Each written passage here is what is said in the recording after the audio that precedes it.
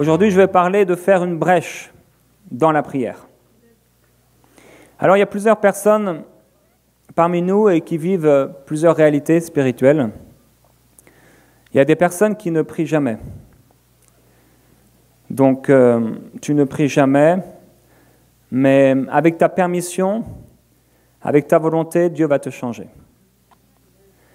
Il y a des personnes qui prient juste avant de manger et qui passent le reste de la journée sans penser à Dieu. Et si c'est toi aujourd'hui, si tu désires changer, Dieu va changer ça dans ta vie. Il y a d'autres personnes, ils prient peut-être juste en s'endormant le soir, mais leur amour pour les choses de ce monde, dont ils ne se rendent pas vraiment compte, les empêche de prier plus souvent. Et tu réalises, si c'est ton cas, qu'il faut prier davantage, et Dieu va secourir ta faiblesse. Il y en a d'autres qui prient seulement quand ils ont des problèmes, ou alors quand ils ont des actes de reconnaissance, des sujets de reconnaissance, ils peuvent remercier Dieu pour leurs enfants ou pour les choses que Dieu leur donne. Mais tu aimerais prier sans cesse. Et Dieu va changer ton cœur et te pousser à la prière. Peut-être que d'autres personnes, vous priez souvent, mais presque à chaque fois, c'est sous une pression religieuse. Vous vous sentez obligé de prier, vous êtes motivé par la peur de déplaire à Dieu. Et Dieu va venir vous changer et vous apporter une révélation de son amour. Peut-être que vous êtes dans la catégorie des gens qui prient régulièrement, mais vous manquez de persévérance. Et vos résolutions pour la prière ne tiennent pas plus de 2 ou 3 jours. Et Dieu, aujourd'hui, va vous fortifier et votre prière soutiendra votre persévérance. Il y a encore d'autres personnes, ils entretiennent quotidiennement leur relation avec Dieu, mais leur amour pour la famille, le fait qu'ils ne veulent pas déranger ou blesser, ces choses-là t'empêchent d'entrer dans le lieu secret. Alors tu restes avec eux pour ne pas les déranger, au lieu de rester avec lui. Je ne sais pas si je n'ai pas cité ton cas de figure, mais si c'est le cas, Dieu a également une réponse pour toi. Dans Marc, au chapitre 11, il est écrit au verset 1, « Lorsqu'ils approchèrent de Jérusalem, de Bethphagée et de Béthanie vers le mont des Oliviers, Jésus envoya 2 de ses disciples en leur disant, « Allez au village qui est devant vous. Dès que vous y serez entrés, vous trouverez un ânon attaché, sur lequel aucun homme ne s'est jamais assis. Détachez-le et amenez-le. Si quelqu'un vous dit, pourquoi faites-vous cela ? Alors vous répondrez, le Seigneur en a besoin. Et à l'instant, il le laissera venir ici. Ils s'en allèrent et trouvèrent un ânon attaché dehors, près d'une porte, dans la rue, et ils le détachèrent. Quelques-uns de ceux qui étaient là leur dirent, que faites-vous et pourquoi détachez-vous cet ânon ? Ils répondirent comme Jésus l'avait dit, et on les laissa aller. Ils amenèrent à Jésus l'ânon sur lequel ils jetèrent leurs vêtements, et Jésus s'assit dessus. Beaucoup de gens étendirent leurs vêtements sur le chemin, et d'autres des rameaux qu'ils coupèrent dans les champs.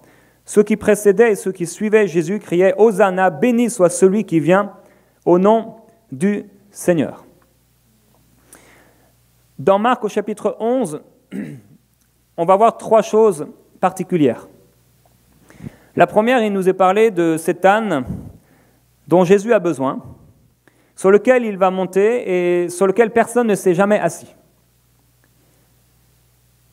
Puis, au verset 11, on va voir que Jésus va arriver donc à Jérusalem. Il va entrer dans le temple et il va commencer à observer, à regarder à l'intérieur du temple. Mais comme il est déjà tard, il va rentrer, puis le lendemain matin, se réveiller avec ses disciples. Ils vont à un moment croiser un figuier. Jésus va avoir faim et il va aller auprès de ce figuier pour trouver des figues. Mais au lieu de trouver des figues, il ne trouve que des feuilles. Jésus maudit le figuier et il continue sa route et il retourne où il s'était arrêté la veille au soir alors qu'il était très tard. Il se retrouve au cœur du temple où il trouve des vendeurs de pigeons, où il trouve des voleurs, où il trouve des changeurs d'argent.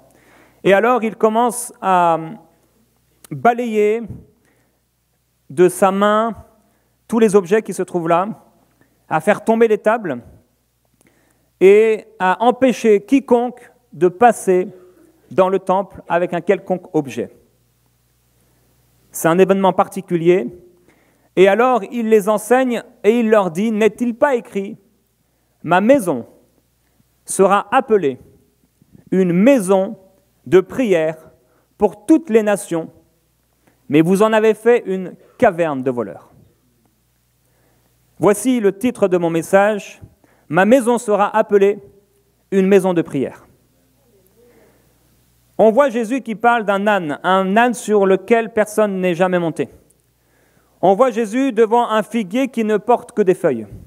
Et on voit Jésus qui arrive dans le temple et qui trouve des gens, au lieu d'être en train de prier, sont en train de faire des affaires et du commerce.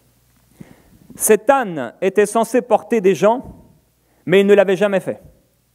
Ce figuier était censé, selon Jésus, porter des fruits, mais il ne portait pas des fruits. Et ces gens à l'intérieur du temple qui étaient censés prier, ne priaient pas, mais ils faisaient du commerce. Plusieurs ont prêché sur ce passage en déclarant que dans l'Église, les librairies ne devraient pas exister, on ne devrait rien vendre dans l'Église, on ne devrait pas vendre de Bible, etc. Le commerce, ça va beaucoup plus loin que ça. Ici, le commerce, ce sont les gens qui utilisent le royaume de Dieu pour des intérêts personnels et égoïstes. En réalité, dans l'Église aujourd'hui, il y a énormément de chrétiens qui font du commerce parce qu'ils arrivent à l'Église sans rien avoir à vendre, mais par contre, ils veulent recevoir de Dieu, et recevoir de Dieu, et recevoir de Dieu. Ils ont l'impression de faire un troc avec Dieu. Ils ont fait de la maison de Dieu une maison de commerce où tout est tourné et centré vers eux-mêmes, au lieu d'être centré sur la prière qui devrait amener le royaume de Dieu à se manifester. En fait, parmi les 3 personnes ou objets ou animaux, personne ne faisait ce qu'il devait faire. Jésus s'attendait du figuier qu'il ait des figues. Jésus s'attendait de l'âne qu'il puisse aller dessus, et lui s'est soumis, et on va parler de l'âne aujourd'hui. Et Jésus s'attendait de ces gens dans le temple qu'ils puissent prier. Mais il n'y avait aucune prière. Dans le temple, il n'y avait aucune prière. Et dans les 3 églises où j'ai été dans ma vie, dans chacune de ces églises, j'ai constaté certains événements. J'étais dans une multitude de réunions de prière depuis bien longtemps maintenant.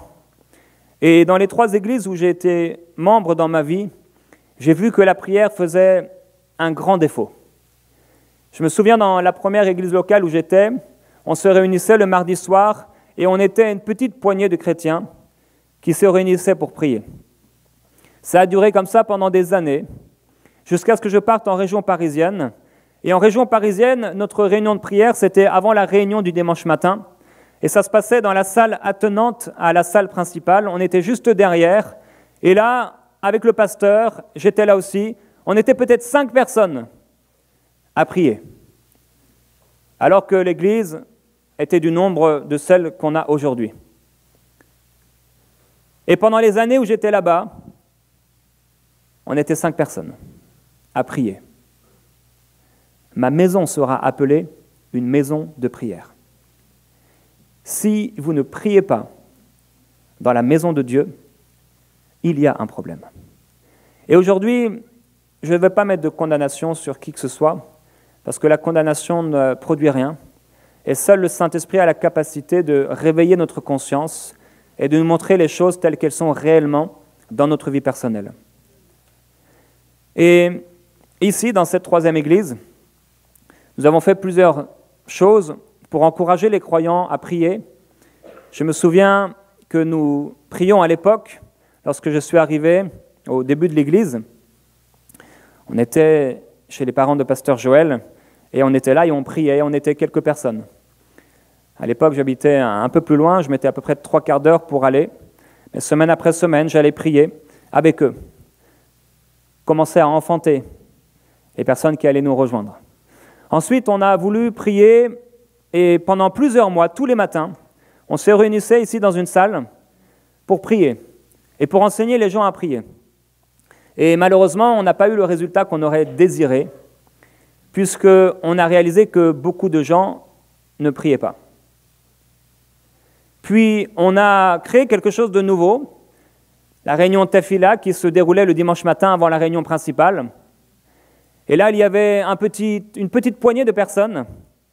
J'espère que vous étiez là. Et parmi cette petite poignée de personnes, il y avait en général 3 personnes qui élevaient la voix.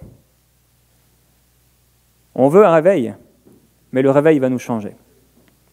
Le réveil va nous demander de changer nos habitudes. Le réveil prendra tout ce qu'on veut bien lui donner. Et nous ne verrons pas de réveil si nous ne changeons pas nos habitudes. Nous ne verrons pas de réveil si nous ne payons pas le prix que Jésus lui-même a payé. Si Jésus a dû prier pendant des nuits, si elle a dû prier longtemps, si nous voulons avoir le même résultat, nous devrons faire comme lui. Et c'est pourquoi je vous ai partagé mon problème au sujet de la prière la nuit, il y a 2 semaines, et j'ai réglé ce problème. Gloire à Dieu. Aujourd'hui, nous devons faire des percées, faire des brèches. Il faut que quelqu'un se tienne à l'avant pour créer, pour briser un mur et permettre aux autres de passer. L'âne a été utile. Et c'est la grande différence entre lui, le figuier, et les autres gens. Il était le seul individu, la seule créature à être utile ce jour-là. Le figuier, inutile. Les vendeurs du temple, inutiles. Les prêtres dans le temple, inutiles. Tous ceux qui étaient dans le temple, inutiles ce jour-là. Et la Bible dit que Jésus a demandé à ce qu'on aille chercher cet âne, et cet âne était attaché sur un poteau. Le pauvre âne, il devait se demander quel jour il allait pouvoir être utile. Il était attaché là, et peut-être qu'il voyait ses amis partir les uns après les autres, et il pensait que ce serait son tour un jour, mais son tour n'arrivait pas. Et peut-être qu'un jour, le fils du maître l'a pris, et il était heureux. Il a dit à ses amis, « C'est mon jour aujourd'hui, on va m'utiliser, je vais enfin servir à quelque chose. » Mais le fils du maître s'est trompé et il l'a ramené. Jusqu'à ce qu'un jour, Jésus en ait besoin. Il y a beaucoup de personnes qui sont attachées aujourd'hui, attachées à des habitudes, attachées à des façons de faire, attachées à des excuses, attachées à des raisonnements, attachées à la famille, attachées à leur amour propre, attachées à leur convoitise, attachées aux choses de la vie, attachées à l'argent, attachées au sommeil, attachées à toutes sortes de choses. Et Jésus a besoin d'eux. Et aussi longtemps qu'ils restent attachés, ils ne peuvent accomplir. C'est pourquoi Dieu les a créés. C'est pourquoi Dieu les a installés dans une assemblée. C'est pourquoi Dieu les a installés dans une région. L'âne dont Jésus avait besoin lui a été utile et a accompli son ministère. Et parfois, un âne est préférable à un figuier sans fruit. Parfois, un âne est préférable à beaucoup de gens dans l'Église qui n'accomplissent rien. Et nous devrions dire, mais Seigneur, je veux être utile. Je ne suis peut-être qu'un âne, mais je veux te servir. Je n'ai peut-être pas la beauté d'un figuier, mais je veux te servir. Je n'ai peut-être pas la responsabilité des responsables dans le temple, mais je veux être utile. Je veux faire quelque chose. Dans 2 Rois au chapitre 6, la Bible nous relate, et aujourd'hui, pendant la louange, ils ont été très inspirés. On a parlé de nourriture, on a parlé de faim, on a parlé de soif.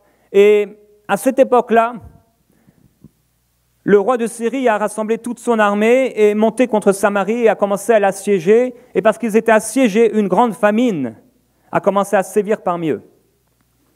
Et le siège de leurs ennemis était si long, ils étaient donc bloqués, attachés, que la famine a commencé à se répandre. Il n'y avait plus à manger. Et s'ils sortaient, ils mouraient. Et à ce moment-là, la Bible dit que le siège fut si long qu'une tête d'âne valait 80 pièces d'argent. Et que un quart de litre de crotte de pigeon valait 5 pièces d'argent. C'est vrai que la crotte de pigeon est intéressante, mais je vais vous parler de la tête de l'âne.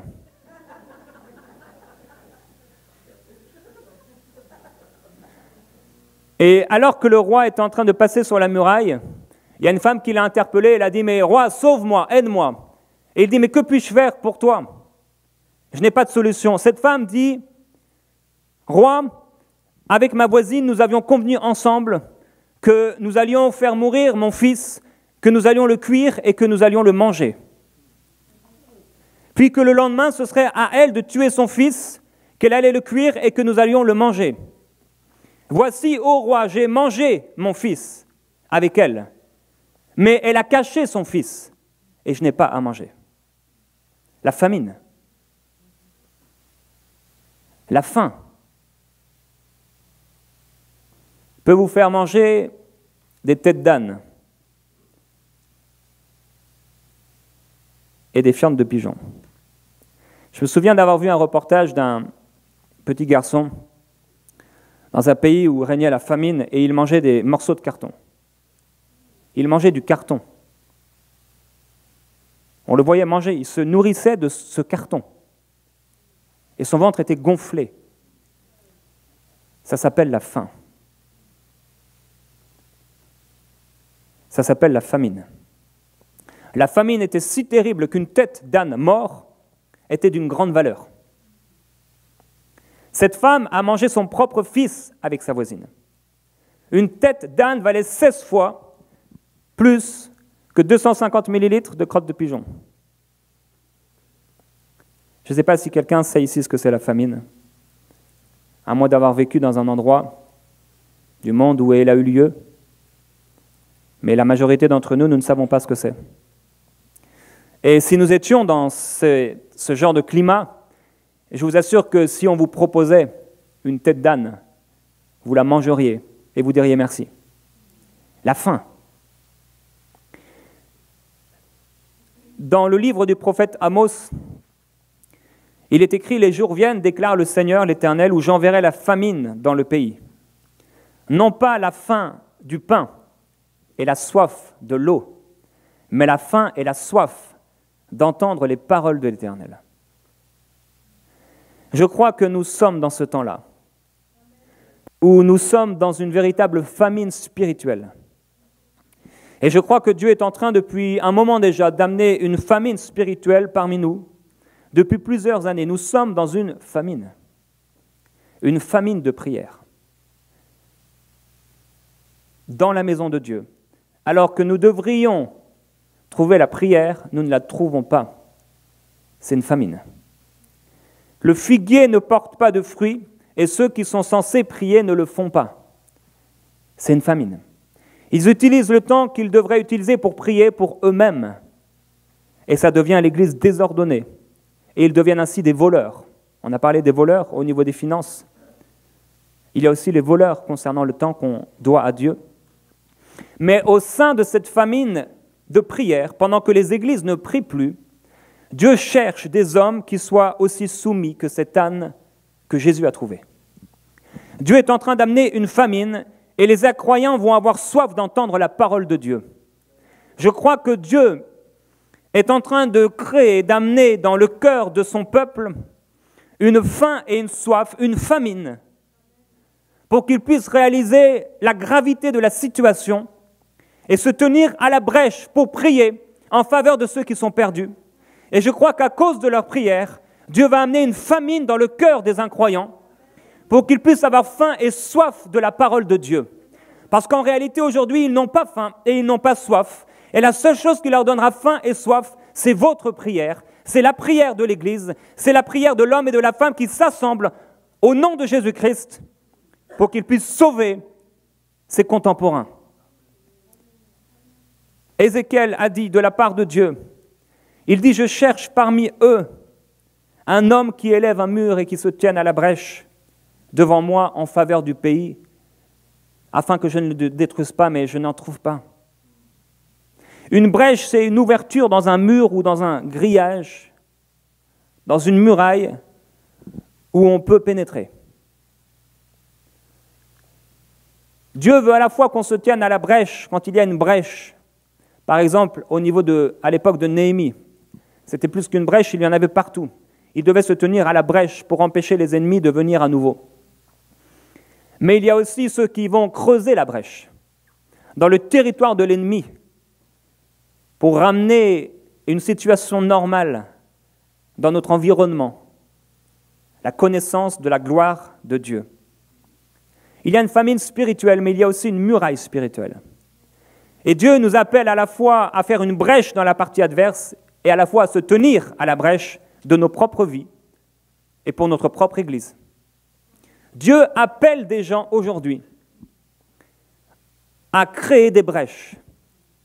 Parmi vous, Dieu vous appelle et le Saint-Esprit va travailler dans vos cœurs pour vous amener à prier comme vous ne l'avez jamais fait auparavant. Le Saint-Esprit est en travail parmi nous et il cherche des cœurs disponibles pour pouvoir prier et se tenir en faveur du pays, en faveur de ceux qui sont perdus. Et Dieu est en train de le faire parmi nous. Dieu est en train de réveiller les esprits qui étaient morts et endormis pour amener un réveil spirituel dans les cœurs et pour amener l'Église à prier comme un seul homme. Dieu est en train de le faire au milieu de vous. Et si vous ne l'avez pas encore vu, c'est que vous êtes encore endormis. Mais Dieu va vous réveiller par le Saint-Esprit. Si seulement vous êtes disponible et si seulement vous désirez. Et j'ai réalisé qu'on a beaucoup essayé. On a beaucoup voulu le réveil. On a beaucoup voulu faire des choses. Et j'ai renoncé à faire des choses par moi-même. Je ne veux plus faire les choses par moi-même. Je veux qu'ils prennent le contrôle. Je ne veux plus être motivé par mes désirs parce qu'ils sont changeants. Tout comme nos émotions qui changent du jour au lendemain. Et c'est pourquoi certains parmi vous prennent des bonnes décisions pour la prière, mais au bout de 2-3 jours, ça s'arrête. C'est parce qu'il faut qu'ils prennent le contrôle. Et pour cela, il faut être brisé. Pour cela, il faut s'humilier. Pour cela, il faut chercher à accomplir toute sa volonté. Dans le livre de Josué, il est parlé de la ville de Jéricho. Elle avait été soigneusement fermée. Toutes ses portes étaient barricadées par peur des Israélites. Et de la même façon que la ville dont je viens de vous parler, plus personne n'entrait et ne sortait par ses portes. Et Dieu a parlé à Josué, il a dit « Je te livre Jéricho, son roi et tous ses guerriers. Et pendant 6 jours, toi et tes soldats, vous ferez le tour. Et le 7e jour, vous sonnerez du corps et vous pousserez un grand cri. » Avec tous ces soldats, ils ont commencé le 1er jour à faire le tour, puis le 2e jour, puis le 3e jour. Ça s'appelle prier sans cesse. Ça s'appelle prier jusqu'au bout.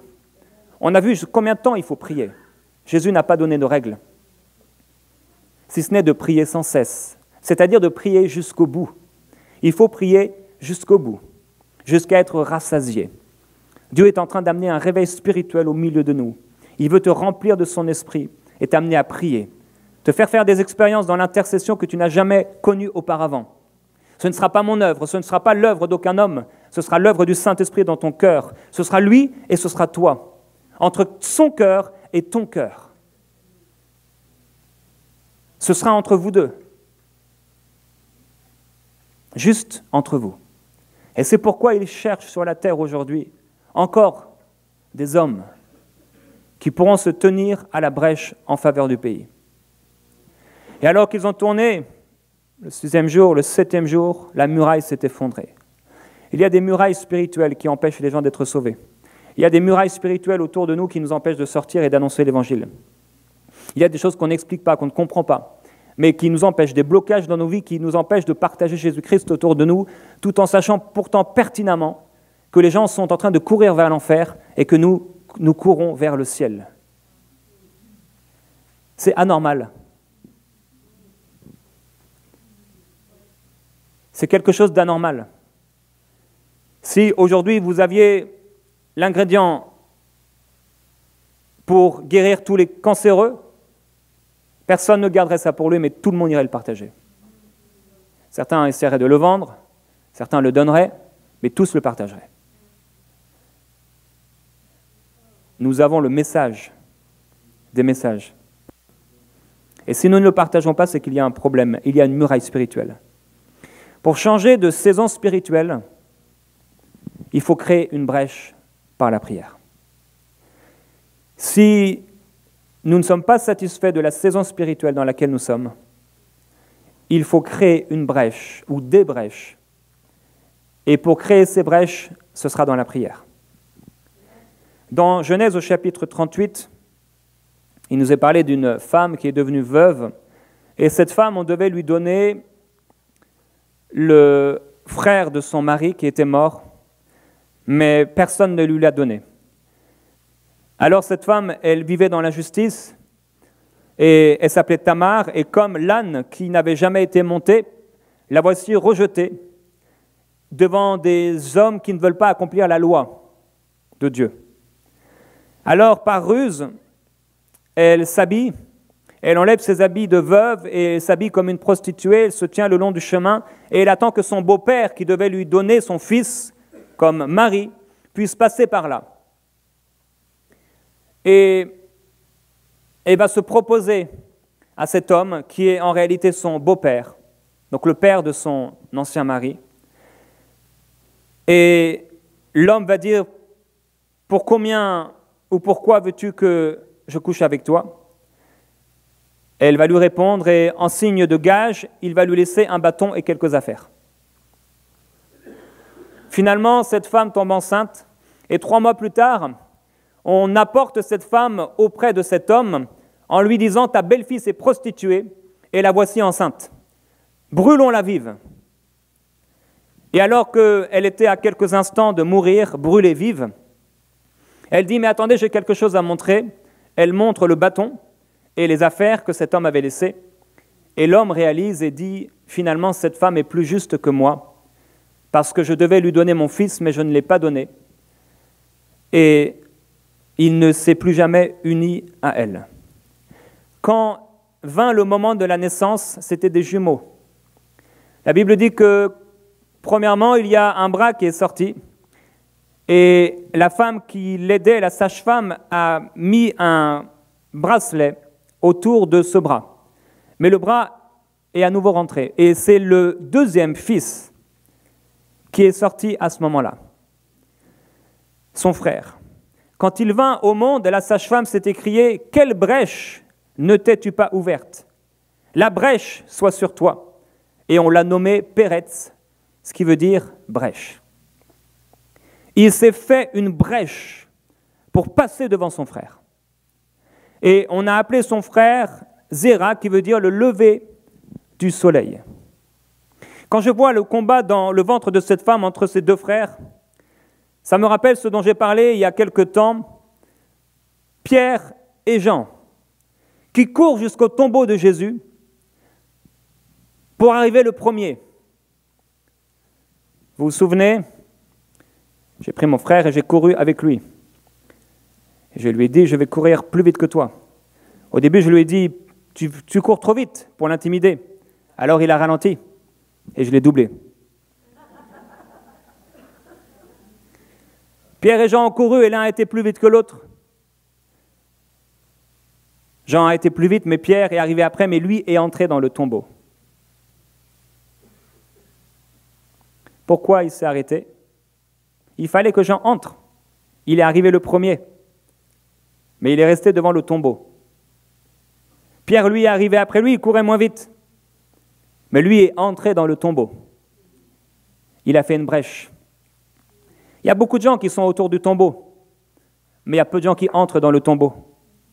Il y a beaucoup de gens qui sont dans le temple, mais il y a peu de gens qui rencontrent l'auteur du temple. Il y a beaucoup de gens dans le temple, mais il y a peu de gens qui prient. Beaucoup de gens qui écoutent la parole de Dieu, mais peu de gens qui prient. Beaucoup de gens qui vont sur enseignement.com, EMCI TV et d'autres sites chrétiens, écouter des émissions, mais qui ne prient pas. C'est un désordre. Ma maison sera appelée une maison de prière. Tu es le temple du Saint-Esprit. Tu dois prier. Et Dieu va t'aider pour cela. Il y a une autre histoire dans 2 Rois, au chapitre 13, au verset 18, c'est l'histoire du roi Joas, un événement dans sa vie. Et c'était à l'époque d'Élisée où il était en train de mourir. Et Joas va venir vers lui, il est le roi d'Israël. Et voyant qu'il est en train de partir, il pleure. Et Élisée lui dit, va prendre un arc et des flèches. Il dit maintenant, tire une flèche par la fenêtre, par l'ouverture. Puis il tire une flèche vers l'Orient. Élisée lui dit, c'est une flèche de délivrance de la part de l'Éternel, une flèche de délivrance contre les Syriens. Tu les battras jusqu'à leur extermination. Il y a des gestes prophétiques. Il y a des temps où tu dois faire une brèche, c'est-à-dire faire quelque chose que tu n'as jamais fait auparavant. Prier sans cesse comme tu n'as jamais fait. Prier jusqu'au bout alors que jusqu'ici tu t'étais arrêté devant le tombeau sans voir ce qu'il y a derrière. Il lui a dit encore, prends des flèches et frappe par terre. Élisée lui dit, prends des flèches et roi, toi, frappe par terre. Le roi commence à lancer une flèche par terre, puis une deuxième flèche par terre, puis une troisième flèche par terre et il s'arrête. La Bible dit, l'homme de Dieu s'irrita contre lui et il lui dit, il aurait fallu que tu frappes 5 ou 6 fois. Alors tu aurais battu les Syriens jusqu'à leur extermination. Maintenant, tu ne les battras que 3 fois. Élisée mourut et on l'enterra. C'était sa dernière parole. Cet homme avait reçu de la part du prophète l'ordre de lancer des flèches sur le sol. Cet homme en a lancé une deuxième, une troisième, et il s'est arrêté. Et parce qu'il s'est arrêté dans ce geste prophétique, il n'a jamais pu dans sa vie exterminer ses ennemis jusqu'au bout. Mais s'il avait lancé une quatrième, une cinquième, une sixième flèche, alors il aurait exterminé ses ennemis jusqu'au bout. Il faut prier jusqu'au bout. Il y a beaucoup de gens qui s'arrêtent de prier quand les choses commencent à aller mieux. Quand il y a un début de quelque chose qui change, ils entendent un murmure ou un bruit de pas, mais le bruit de pas ne me satisfait pas. Le bruit de pas ne me nourrit pas. Saül a accompli en partie la volonté de Dieu. Et c'est pourquoi l'onction a été retirée de cet homme. Pourquoi ? Parce qu'il a fait les choses en partie. Il n'a tiré que 3 fois.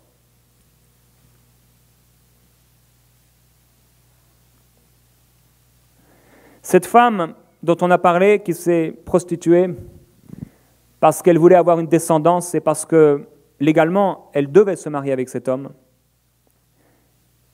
elle était audacieuse. Elle était tenace. Elle était déterminée. Elle était résolue. Elle était obstinée. Elle était décisive. Elle était brave. Elle était courageuse. Elle était entreprenante. Elle était téméraire. Elle était opiniâtre. Ça veut dire quoi, opiniâtre ? Ça veut dire tenace dans ses idées. Dieu veut que tu sois opiniâtre, tenace. Tu ne lâcheras pas. Tu vas persévérer. Tu vas faire une brèche pour ceux qui sont derrière toi. On va l'appeler un de ses fils brèche, celui qui est entré le premier, et le deuxième, lever du soleil, celui qui est arrivé après. Parfois, il faut, pour faire une brèche, prier jusqu'au lever du soleil. Tu veux une brèche dans ta vie, parfois il faudra prier jusqu'au lever du soleil. Il faudra tirer 6 fois à terre et ne pas t'arrêter. En allant vers Jérusalem, même si c'était la première fois, l'âne devait se dire « je vais réussir », même si c'est la première fois. Même si personne ne m'a jamais monté, je vais réussir. Même si on se moque de moi, je vais continuer, je vais persévérer. Si nous pouvions être aussi utiles que cet âne, nous n'aurions pas à rougir quand nous nous trouverons devant le trône de Dieu. Mais si nous sommes inutiles, si nous passons à côté, alors nous aurons à rougir.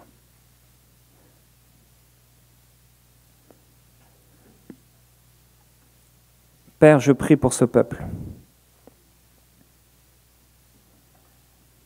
Il n'y a que toi qui peux changer les cœurs de l'homme. Père, il y a des frères et des sœurs par ici, parmi nous. Ils ne prient pas. Ce n'est pas des gens qui prient. Et je prie pour eux afin que les choses changent. Il y en a qui n'aiment pas la prière parce qu'ils ne vivent rien. Mais je prie que, en ce moment, dans cette saison, les choses changent pour eux. Je prie, Père, que nous ayons de plus en plus de personnes qui prient parmi nous, afin que nous soyons réellement une maison de prière qui te soit agréable. À un moment, Dieu parlait d'exterminer le peuple, mais il est écrit que Moïse, son élu, s'est tenu à la brèche devant lui pour détourner sa fureur et l'empêcher de les détruire.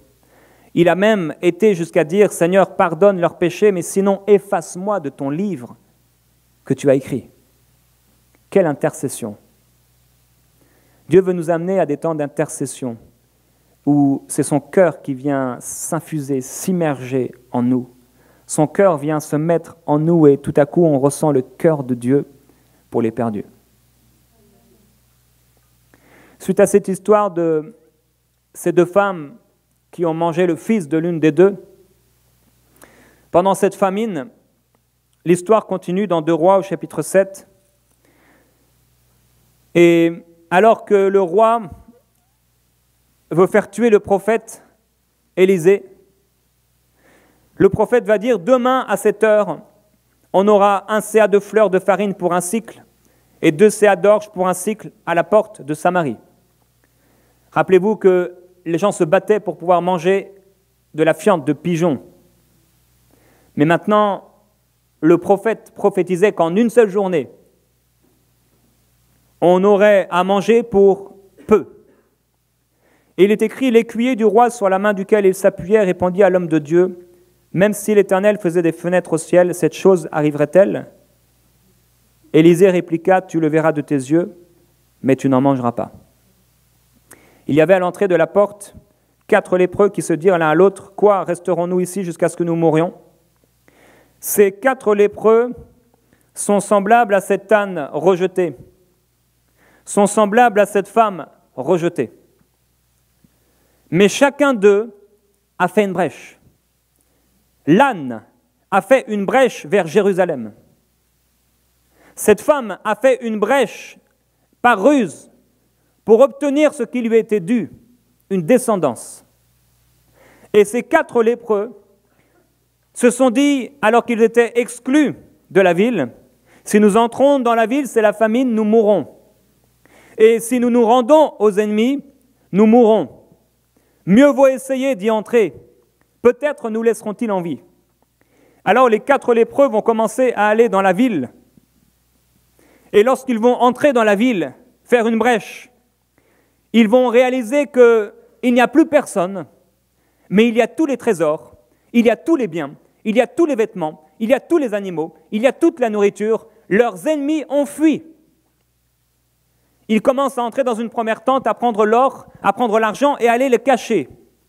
Puis ils entrent dans une deuxième après avoir mangé, puis ils prennent l'or, l'argent et les vêtements et ils les cachent et ils se disent « Non, ce n'est pas bien, c'est un jour de délivrance. » Il ne faut pas que ces choses restent juste pour nous. Ils vont avertir le roi et ils font avertir le roi. Et le roi commence à douter, il dit « C'est certainement un piège, quand nous allons arriver, les ennemis vont nous tuer. » Alors ils amènent d'abord un char et ils réalisent un peu plus loin que ces gens sont partis dans une fuite extrême, laissant tous leurs habits derrière eux. En réalité, Dieu a fait gronder le tonnerre, il a fait entendre le bruit des chars, et leurs ennemis ont cru que le peuple le plus important à cette époque-là venait contre eux, et ils ont fui. C'était une terreur qui venait de l'Éternel.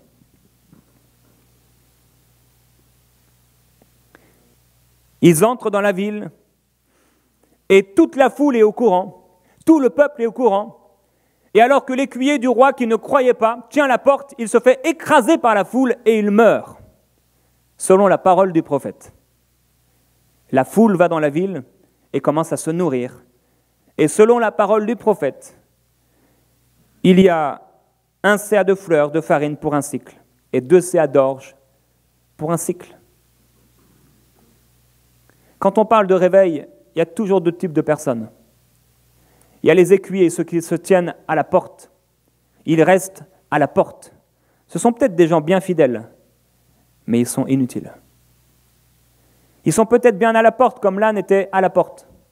Ils sont peut-être comme les lépreux étaient à la porte. Ils n'avaient pas le droit d'entrer dans la ville, parce qu'ils étaient lépreux. Mais à un moment, les lépreux se sont dit qu'il fallait faire quelque chose. Il fallait faire une brèche. Il fallait risquer sa vie, mais il fallait faire une brèche. Il fallait que les choses changent. Les lépreux dans le camp de l'ennemi, c'est l'image du croyant qui entre dans la bataille de l'intercession. Mais cet écuyer, c'est l'image de ceux qui parmi nous choisiront de ne pas prier, choisiront de ne pas changer leurs habitudes, choisiront de ne pas aller aux réunions de prière qui vont être organisées par cette assemblée. Ce sont ceux qui méprisent les réunions qui peuvent se faire avant et après. Ce sont ceux qui méprisent les groupes vie. Ce sont ceux qui méprisent la prière. Ce sont ceux qui autrefois ont méprisé ta fila et qui n'étaient pas là. Ce sont ceux qui autrefois ont méprisé les réunions qu'on a fait pendant des mois et qui n'étaient pas là. Ce sont ceux qui méprisaient les réunions qu'on faisait chez les parents de Pasteur Joël et qui n'étaient pas là. Ce sont ces mêmes personnes qui sont inutiles.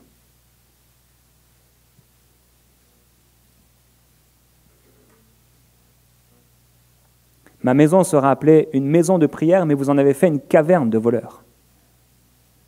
Et peut-être que vous ne vendez rien, mais quand vous venez, c'est pour troquer avec Dieu. Donne-moi, donne-moi, donne-moi, donne-moi, et vous partez aussitôt, sans jamais rien lui donner en retour. Ma maison sera appelée une maison de prière. Il y a des frères et des sœurs parmi nous, et nous sommes en famille, et nous nous aimons les uns les autres. Et l'amour croit tout, l'amour espère tout, l'amour est patient, l'amour même supporte tout. C'est pourquoi nous ne nous arrêterons pas de prêcher la parole de Dieu, parce que nous espérons que les choses changent pour nous-mêmes et pour vous. Nous voulons et nous soupirons après un changement, après une transformation, mais nous sommes conscients à la fois que certains choisiront certainement de ne pas changer d'un iota. Ils resteront à la porte, bien fidèles, mais inutiles. Au moins l'âne a été soumis, au moins l'âne s'est laissé faire, et l'âne a porté Jésus-Christ jusqu'à sa mission, jusqu'au temple. Si nous pouvions être au moins aussi soumis qu'un âne, et pourtant un âne s'est têtu, mais lui ne l'était pas. Pourtant, on n'avait jamais monté sur lui, et je vous assure, normalement, quand on n'a jamais monté sur un âne, c'est pas facile la première fois. Mais lui, il s'est laissé faire. Parce que, en réalité, son cœur était soumis et docile. Dieu ne cherche pas des gens parfaits. Dieu ne cherche pas des gens exceptionnels qui prient pendant des jours et des jours. Dieu cherche juste des cœurs disponibles. Quand on commence à changer de disposition de cœur et qu'on commence à s'ouvrir au ministère du Saint-Esprit qui travaille dans notre conscience pour nous dire que ce n'est pas normal et qu'il faut que les choses changent, et que nous nous disposons à l'obéissance et que nous disons « Seigneur, c'est vrai, mais je n'arrive pas à prier. Je te demande de me changer, s'il te plaît, parce que je ne veux pas le faire par moi-même. Je veux que toi, tu crées ce réveil dans mon esprit et que tu commences à prier réellement pour ces choses-là. Je t'assure, Dieu vient et bouleverse ta vie spirituelle. » Tu es peut-être comme cette âne et jusqu'ici, tu n'as jamais été utile, mais tu as peut-être le désir dans ton cœur que les choses changent. Et Dieu respectera cela. Dieu honorera ta foi. Dieu honorera ton désir que les choses changent, ton désir de devenir un homme de prière, une femme de prière. Dieu honorera et Dieu te remplira de son esprit. Il dit, laissez-vous continuellement remplir par le Saint-Esprit. En réalité, si un chrétien n'est pas rempli du Saint-Esprit, c'est que ce chrétien s'est laissé remplir par le monde. Obligatoirement, si tu n'es pas rempli du Saint-Esprit, c'est parce que tu t'es laissé remplir par autre chose. Laissez-vous continuellement remplir par le Saint-Esprit. Nous pouvons à tout temps, en tout moment, boire aux sources de la vie éternelle. Jésus s'est écrié, celui qui croit en moi aura des fleuves d'eau vive qui couleront de son sein jusque dans la vie éternelle. C'est pourquoi gloire à Jésus-Christ de ce que lorsqu'il donne un don, il ne l'enlève pas. Il n'est pas celui qui donne pour reprendre, ça c'est le voleur, c'est Satan. Il vient et il ne se met pas en peine des brebis. Mais le bon berger, lui, il donne sa vie pour ses brebis. Et quand il nous fait naître de nouveau, et quand il met son esprit en nous, ce n'est pas pour le reprendre. Quand il nous baptise du Saint-Esprit, nous sommes une fois pour toutes baptisés du Saint-Esprit. Le baptême ne s'en va pas. Nous sommes remplis du Saint-Esprit et nous pouvons nous laisser continuellement remplir par le Saint-Esprit. Comment ? En enlevant les choses du monde. Comment? En se consacrant à Dieu. Comment? En méditant la parole. Comment? En cherchant Dieu. Comment? En se nourrissant. En nourrissant nos pensées de tout ce qui est vrai, de tout ce qui est juste. On enlève la critique, on enlève la colère, on enlève la calomnie, on enlève la jalousie, on enlève la cupidité, le désir de s'enrichir constamment. On enlève toutes ces choses-là et on commence à penser au royaume de Dieu. On commence à désirer être rempli du Saint-Esprit et on commence à prier en langue davantage. Si nous désirons quelque chose, je vous assure, nous allons faire ce qu'il faut pour obtenir cette chose. Dieu dit dans sa parole, dans l'Ancien Testament, il trouve étonnant, il dit, combien tu as de la force pour trouver ce que ton cœur aime, mais tu m'as délaissé, tu m'as abandonné. Beaucoup de gens dans ce monde et même dans l'Église se donnent tous les moyens nécessaires pour trouver et pour obtenir quelque chose. Mais quand il s'agit d'obtenir les choses du royaume de Dieu, ils font demi-tour, ils s'arrêtent ou ils se tiennent à la porte. Un jour, Dieu me parlait dans ma voiture, j'allais pour acheter une voiture. Et il me faisait penser et me dire, mais tu es prêt à aller conduire pendant 1h30 pour acheter une voiture? Est-ce que tu serais prêt à conduire 1h30 pour aller prier pour une personne? En réalité, on fait tellement de choses dans cette vie et très peu pour Dieu. On peut même construire tout un tas de choses dans la maison de Dieu. On peut refaire les rideaux, on peut refaire le sol, on peut faire des chaises, on peut faire toutes sortes de choses. Sans faire ce que Dieu nous demande de faire. Être utile, il n'y a rien d'aussi utile que la prière. Et il n'y a rien qui peut remplacer la prière. Un chrétien prie. Si quelqu'un ne prie pas, on ne sait pas s'il est chrétien. Si tu ne pries pas, pose-toi la question, est-ce que je suis un chrétien? Tu es peut-être d'une religion chrétienne, mais tu n'es pas un disciple. Mais les choses peuvent changer. Les lépreux sont allés dans le camp de l'ennemi et ils ont fait une brèche. Et qu'est-ce qu'ils ont trouvé? Un héritage. Quand tu vas commencer dans la prière, toi personnellement, j'ai parlé de prier avec un frère et je ne sais pas si vous l'avez fait. J'espère.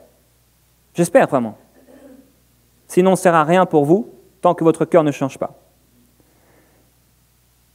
Tu trouves un frère et tu pries, mais parfois personne ne veut prier avec toi. Alors tu pries seul et tu fais une brèche. Et si vous êtes deux, vous faites une brèche ensemble et vous priez. Ils ont fait le tour de la ville pendant 6 jours et il ne se passait absolument rien. Parfois on se voit 1 fois, 2 fois, 3 fois et on est découragé parce que rien ne change. Il faut persévérer. Jésus donna une parabole pour leur montrer qu'il faut prier sans cesse, sans se décourager. Il faut continuer de prier et faire une brèche, faire une percée dans l'invisible. Et quand nous faisons une percée dans l'invisible, il y a un héritage, il y a des promesses. En réalité, il y a une récompense pour l'homme qui prie. Il y a une récompense pour la femme qui prie. Dieu peut nous transformer. Je vais vous parler de la suprématie de l'âne dans son utilité. À un moment, dans 1 Roi, chapitre 13, vous vous rappelez l'histoire du vieux prophète? Vous vous souvenez de l'histoire du vieux prophète? Sinon, je peux vous la lire en entier, si vous voulez. Ce vieux prophète a menti à ce jeune prophète en lui disant que Dieu lui avait dit de venir manger dans sa maison. En réalité, il était jaloux. On ne sait pas exactement ce qui l'animait, mais ce n'était pas le Saint-Esprit. Et finalement, une fois que le jeune prophète vient dans sa maison, le vieux prophète lui dit « Ainsi parle l'Éternel, parce que tu m'as désobéi, tu n'hériteras pas de ce que je t'avais dit. » Le jeune prophète repart, et le vieux prophète, dans sa bizarrerie, commence à aider le jeune prophète à sceller son âne. Et le jeune prophète commence à partir avec son âne. Et tout à coup, il croise un lion. Et le lion le déchire et le tue. Et puis, il est écrit, quand celui-ci qui l'avait fait revenir en arrière l'a pris, je lis un peu avant, des passants l'aperçurent abandonné sur le chemin et le lion arrêté auprès de lui. Alors qu'il était avec son âne, le lion s'est jeté sur lui et l'a tué. Son cadavre était étendu. Il y avait à ses côtés l'âne et le lion. Quand celui-ci qui l'avait fait revenir en arrière l'a pris, il s'écria, « C'est certainement l'homme de Dieu qui a désobéi à l'ordre de l'Éternel. » C'est lui qui l'avait fait désobéir. C'est pourquoi l'Éternel l'a livré au lion, qui l'a déchiré et mis à mort, comme l'Éternel le lui avait prédit. Puis il ordonna à ses fils de sceller son âne, ce qu'ils firent. Il partit et il trouva le corps du prophète étendu sur la route, ainsi que l'âne et le lion qui se tenaient à côté de lui. Le lion n'avait pas mangé le cadavre, ni déchiré l'âne. L'âne était tellement important que Dieu a empêché le lion de le tuer. Mais Dieu n'a pas empêché le lion de tuer le jeune prophète qui n'était pas utile. Parce que ce jeune prophète avait fonctionné avec sa pensée, sa façon de voir les choses. On a peut-être notre façon de voir le christianisme, notre façon occidentale, ou je ne sais, de voir l'évangile. Mais il faut qu'on adopte la façon de Dieu. Ma maison sera appelée une maison de prière pour toutes les nations. Ce n'est pas une histoire de culture, c'est pour toutes les nations. Dieu a trouvé tellement important cet âne qu'il a ordonné au lion de ne pas le toucher. L'âne était plus important qu'un jeune prophète désobéissant et insoumis. À un autre moment, dans Juges, au chapitre 15, il est parlé de Samson et les Philistins vont arriver auprès de lui, pensant avoir trouvé la brèche en lui qui l'empêcherait d'avoir de la force. Il était attaché, mais tout à coup, la puissance de Dieu vint sur lui et il se détacha de ses chaînes comme on peut se détacher d'un petit fil.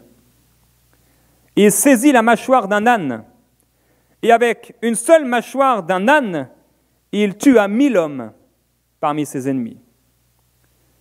Parfois même une mâchoire d'âne est plus utile qu'un homme insoumis. Parfois un âne est plus utile qu'un homme insoumis.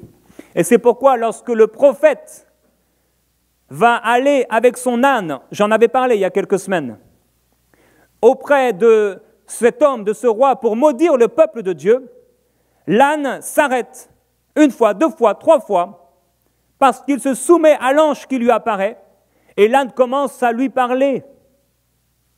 L'âne était plus utile que ce vieux prophète.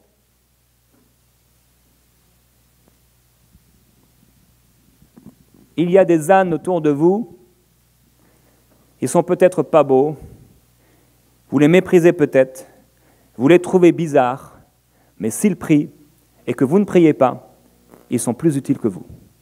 Et alors, vous devriez, comme Pierre, courir rapidement.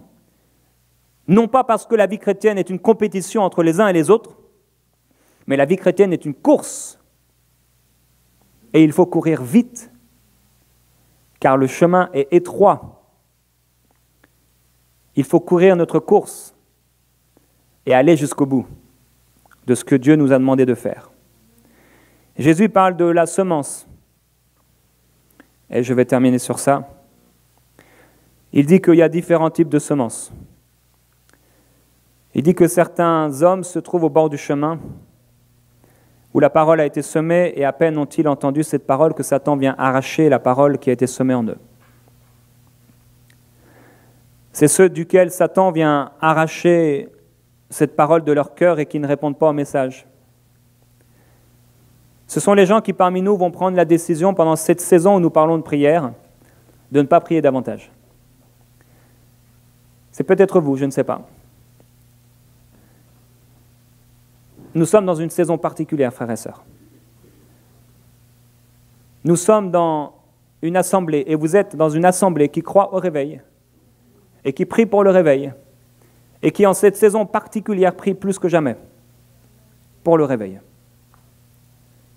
Et par rapport au bâtiment que Dieu va nous donner, j'ai la conviction dans mon cœur que si Dieu ne nous l'a pas encore donné, ne nous l'avait pas donné jusqu'ici, c'est parce qu'il voulait que les motivations qui nous poussent à avoir un bâtiment ne soit pas simplement naturelle et matérielle, mais qu'elle soit en nous le désir absolu d'avoir une maison de prière.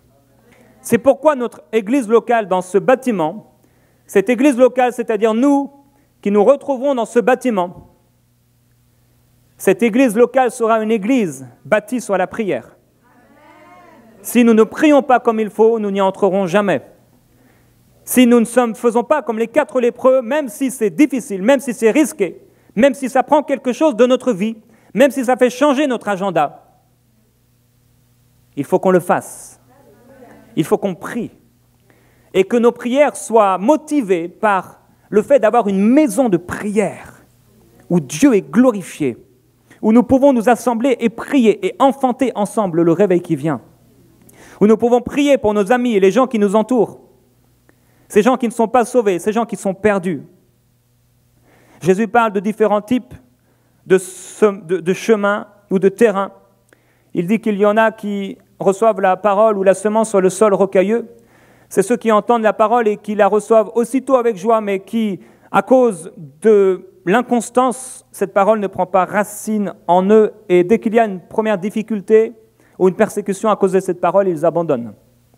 Ce sont les gens qui vont être motivés par une prédication sur la prière et qui vont dire « je vais commencer à prier ». Mais dès que quelqu'un dans la famille leur fera un reproche, « tu pries un peu trop, on aimerait te revoir, on aimerait que tu viennes manger avec nous », la première épreuve, et ils font demi-tour. Il n'y a pas de secret. Les hommes de prière sont des gens à part. Les femmes de prière sont des gens qui se tiennent dans le désert. Ça a toujours été le cas.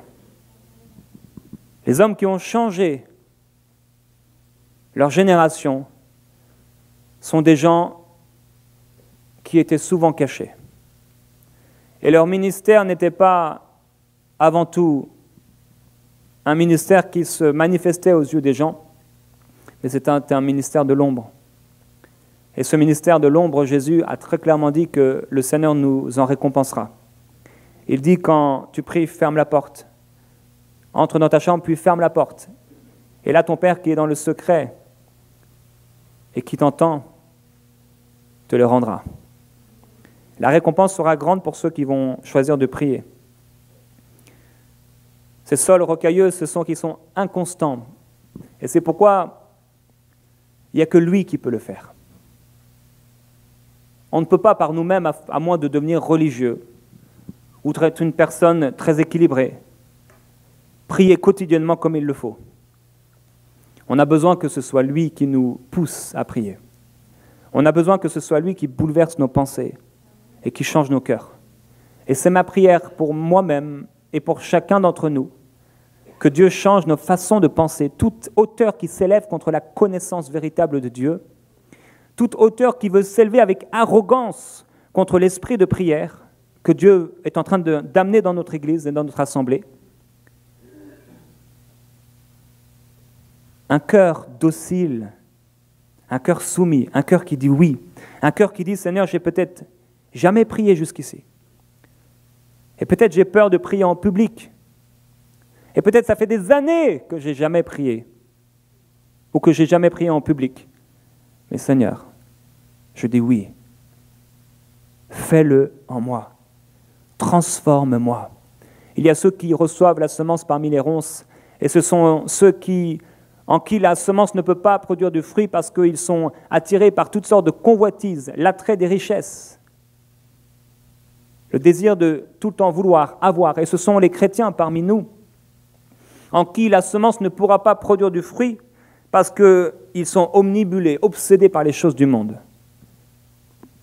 nourris par les choses du monde, préoccupés par les choses du monde, remplis parfois de toutes sortes de passions. Ils passent leur soirée et tout leur temps libre à profiter de la vie. Ils ne cessent de travailler pour gagner toujours plus d'argent, n'ayant pas de temps pour prier. Rappelez-vous ce qu'un homme a dit, « Je n'ai jamais le temps de prier, je dois toujours prendre le temps de le faire. » Et il y a ceux qui portent du fruit, et je prie que ce soit votre cas. Et j'aimerais qu'on puisse prier ensemble un instant. Est-ce que vous pouvez simplement vous ouvrir au Saint-Esprit ?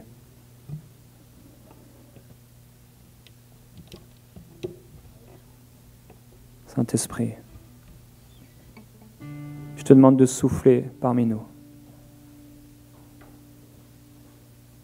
Viens souffler parmi nous, s'il te plaît. Père, on ne peut pas ni se sauver soi-même, ni se changer soi-même. On ne peut rien produire de spirituel. C'est pourquoi on a besoin de toi, que tu viennes nous transformer. Père, je prie que personne aujourd'hui ne se sente culpabilisé ou condamné, parce que ce n'est pas ton œuvre. Tu veux nous convaincre. Tu veux nous transformer. Esprit de Jésus-Christ, nous voulons comme toi une église glorieuse.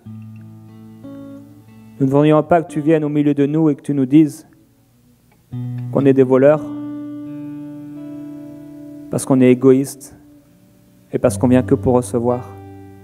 Mais on aimerait que quand tu viens au milieu de nous, tu puisses nous dire: bon et fidèle serviteur, tu as fait de ma maison une maison de prière. Tu étais là, je t'ai vu, tu priais. Tu priais pour tes pasteurs, tu priais pour tes frères, pour tes sœurs, tu priais pour le monde perdu. Glorieux Jésus-Christ, j'ai exprimé les pensées que tu as mises dans mon cœur comme j'ai pu. Et je te remercie, Père, de faire pénétrer les pensées qui sont les tiennes dans les cœurs de ton peuple. Que ta gloire les envahisse et les remplisse. Que ta présence les touche profondément. Merveilleux Jésus-Christ, je prie que tu touches ton peuple. Je prie que tu agisses, Saint-Esprit, et que tu souffles au milieu de nous. Glorieux Jésus-Christ, je te glorifie. Précieux Père, je prie que cette parole puisse porter du fruit dans les cœurs. Et frères et sœurs, c'est vraiment mon cœur que vous puissiez comprendre ce que j'ai dit. Et que vous ne puissiez pas vous sentir condamné ou culpabilisé, parce que ce n'est pas du tout mon cœur ni mon désir. Je suis moi-même senti condamné tellement de fois et ça n'a jamais rien produit de bon. Et c'est quand j'ai ouvert et quand j'ouvre et quand tu ouvres ton cœur à l'action du Saint-Esprit, c'est là que les choses changent. C'est là qu'il peut agir. Il n'y a que toi, Seigneur, qui peut faire pénétrer la parole dans les cœurs. On veut être ce bon terrain qui porte du fruit. Père, je prie que cette parole soit bien reçue et qu'elle porte du fruit dans les maisons, dans les groupes vie, qu'elle porte du fruit et qu'elle ne cesse de grandir et de croître à l'image de ton royaume, qui est comme cette graine de moutarde, qui devient la plante la plus grande de tout le potager. Je prie, Père, pour ceux qui ne réussissent pas à prier parmi nous. Je prie pour ceux qui ont été découragés de la prière. Je prie, Père, pour ceux qui sont fatigués de leur vie chrétienne, fatigués parce qu'ils ne réussissent pas à prier, ils n'aiment pas ta parole. Je prie afin que tu les fortifies dans leur être intérieur par le Saint-Esprit. Je demande de les transformer et de toucher leur cœur surnaturellement. Parce que Seigneur, nous ne pouvons pas construire l'Église, nous ne pouvons pas bâtir l'Église, nous ne pouvons pas changer un cœur. Il n'y a que toi qui peux le faire. Nous ne sommes pas meilleurs que quelqu'un d'autre. Tous ont péché et sont privés de ta gloire. Mais tu nous as gratuitement justifiés par ta grâce. Et ton sang nous a purifiés de tout péché. Mais Père, nous voulons aujourd'hui nous lever comme un seul homme. Et nous voulons être cette église qui prie. Et non pas cette église de voleurs. Non pas cette église d'égoïstes. Nous voulons, Seigneur, tenir notre place, notre position d'intercesseur. Nous voulons prier, prier, prier, prier encore jusqu'à la fin, jusqu'au bout. Je prie que tu amènes un réveil spirituel, Père, au milieu de nous. Et qu'au-delà des mots qui peuvent être partagés ici, tu agis par le Saint-Esprit pour amener une union complète, une unité parfaite dans l'esprit, un même cœur, un même esprit, une même vision.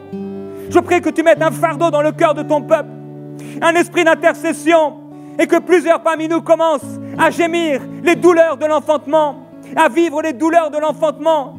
Que nous puissions commencer à voir parmi nous des jeunes, des moins jeunes, des familles être sauvées, juste à cause de ton esprit, parce que tu as entendu un peuple qui prie, parce que tu as entendu un homme, une femme qui a prié. Glorieux Jésus-Christ. J'aurais voulu prêcher comme tu aurais voulu, les mots, les phrases, l'attitude. Mais je te demande, s'il te plaît, Père, d'agir au-delà de l'homme, par ton esprit, de toucher profondément les cœurs, de venir habiter dans leur cœur par la foi, de venir t'implanter en eux, qu'ils puissent être enracinés et fondés dans l'amour. Cet amour qui ne cherche pas son intérêt, mais cet amour qui se donne, cet amour qui pardonne, cet amour qui aime, cet amour qui est patient. Je prie qu'il soit pleinement patient et persévérant. Je prie que tu nous fortifies et que tu rendes nos fronts durs et nos cœurs doux, tendres, pour aimer les gens qui nous entourent. Je prie qu'il y ait un réveil spirituel parmi la jeunesse, qu'il y ait un réveil spirituel parmi ceux qui ont des responsabilités dans l'Église, mais qu'il y ait également un réveil spirituel parmi ceux qui ne font rien, afin que tu te glorifies. Tu choisis les choses viles, faibles de ce monde pour confondre les fortes. Tu choisis celles qui ne sont pas, qui ne sont rien, pour confondre celles qui sont honorées parmi les hommes. Tu peux choisir, Seigneur, des gens qui se sentent comme des ânes inutiles, qui n'ont jamais gagné une âme, qui n'ont jamais prié pour un malade, qui n'ont jamais chassé un démon. Tu dis, le Seigneur en a besoin. Je prie que tu trouves des cœurs disposés, disponibles pour accomplir ta volonté. Et que pendant le court séjour qu'on a à vivre sur la terre, nous puissions accomplir ta volonté parfaite. Être au cœur de ta volonté. Père, tu ne nous as pas amenés dans cette région pour vivre comme ce qu'on vit aujourd'hui.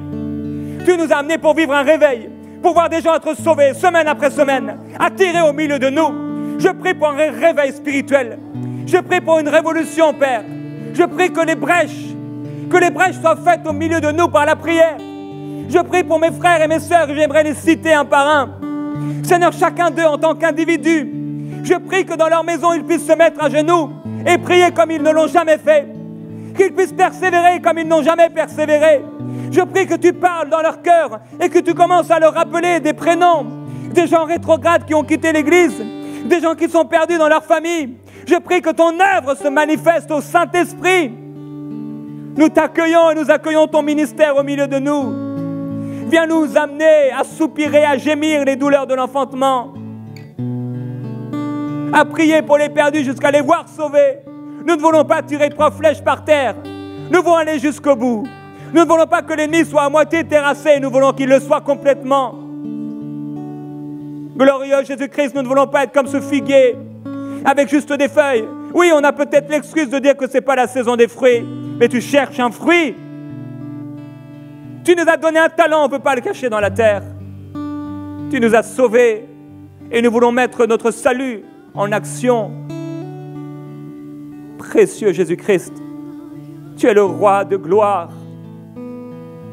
Tu es le prince, le Dieu puissant. Nous glorifions ton saint nom. Nous t'adorons, Seigneur. Viens faire un miracle au milieu de nous. Viens faire ce qu'on n'a jamais réussi à faire. Ce que j'ai jamais réussi à faire par mes prédications. Ce que Pasteur Joël n'a jamais réussi à faire par ses prédications. Ce que Michael et les autres n'ont jamais réussi à faire par leurs prédications. Viens agir surnaturellement. Viens réveiller ton peuple. Viens, je t'en prie, Père, crée dans le cœur de ton peuple un zèle, un amour nouveau, une passion nouvelle pour ceux qui sont perdus. Qu'on commence à entendre des témoignages fabuleux de jeunes hommes et de plus vieux qui commencent à parler de Jésus à leurs voisins, à leurs collègues qu'ils avaient méprisés jusqu'ici. Qu'on commence à entendre parmi nous des hommes et des femmes, des frères et des sœurs qui se détachent, qui sortent de la porte pour partager Christ. Glorieux Jésus-Christ, transforme-nous On a tous besoin de toi. On a tous besoin de toi. L'Église priait sans cesse. L'Église des Actes, sans cesse ils priaient. Sans cesse ils partageaient ta parole. Sans cesse ils annonçaient la bonne nouvelle autour d'eux. Père, je prie que nous puissions vivre dans ce sans cesse. Être remplis sans cesse du Saint-Esprit. Jésus-Christ.